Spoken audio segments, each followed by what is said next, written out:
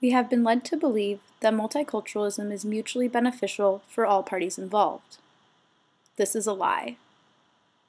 The concepts and policies governing a multicultural society are deeply rooted in privilege and oppression.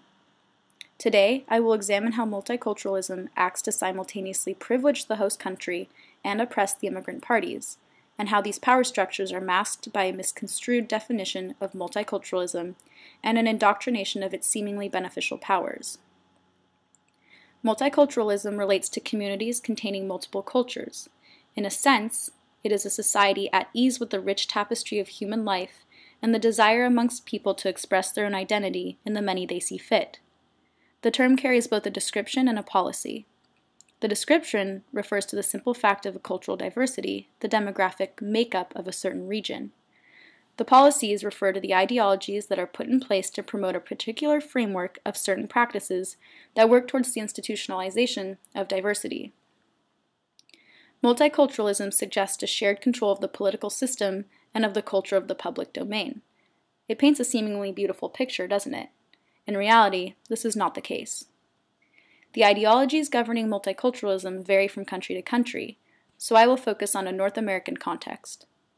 In a patriarchal capitalist society, we in the West rely heavily on the notion of the melting pot to fuel our productivity. This practice is one that privileges North Americans and takes advantage of immigrants coming to North America. The diversity they bring adds to our picturesque idea of a perfect, well-rounded culture. But what is actually happening is an exploitation of specific cultural practices that will add to our society according to a white, privileged point of view. We are very selective in this process in choosing what to let in and what to keep out. Emily Chang states that capitalism denies the idea that identity is structured within other systems. This selective framework ignores the fact that in order to be part of a system, immigrants must adapt and assimilate themselves as best they can, which may mean abandoning certain values and practices that were key to their previous culture. This hegemonic practice structures a hierarchical dichotomy between the host and the other, and doesn't, contrary to popular belief, provide an all-inclusive environment for new and different identities. The leader state, in our case the Western countries, rule geopolitically subordinate states by implied means of power, threat of force, rather than by direct military force. It's an implied power in a strict set of rules that regulate the affinity, production, and reproduction of a particular population. John Rex examines the history of multiculturalism and where it positions us in a contemporary context. He says that the process of uneven economic development led to large-scale migration within and to the countries of the First World, including Western Europe, the United States, Canada, and Australia. This created an ever-growing distance between members of the Third World and the First World, and the crucial self-reflective question that the immigrant must ask him or herself: how far am I willing to go, and how much am I willing to sacrifice in order to acculturate myself to this community? According to Rex, this host nation will have to decide how far immigrant minorities should be allowed to enjoy the full rights of citizens, and whether in doing so, they should be required to give up their own culture, or to put to the matters in reverse way, whether, if they preserve their own cultures, their cultural distinctiveness should act as a marker for separate kinds of treatment and control. This discrepancy between the host and the immigrant creates a political dichotomy of privilege and oppression that governs the habitus of the other, the immigrant. The North American response to the influx of immigration flooding its borders was the concept of the melting pot, assimilating everyone into one large identity, a weak attempt at including North America's diversity. In 1993, Times Magazine came out with its November issue, The New Face of America: How Immigrants Are Shaping the World's First Multicultural Society. The picture of the cover is a seemingly diverse female face. However, when looked at more closely, the face is that of a white woman's with a tanner shade of skin. The message the face says is, "Hey, don't worry. The new face of America isn't any different, so there's nothing to fear."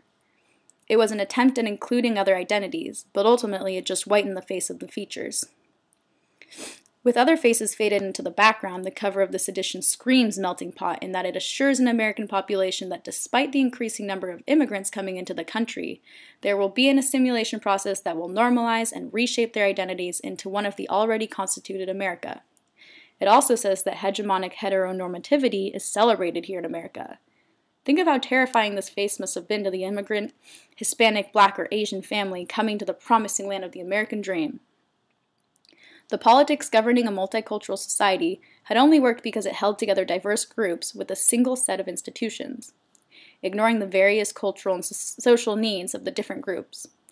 This notion makes a set of sweeping generalizations pertaining to the other. When these groups began realizing the extent of their oppression, civil rights movements became a popular answer. However, rather than addressing the larger issue of a diversity of cultures, the civil movements only further distanced different cultural groups from one another.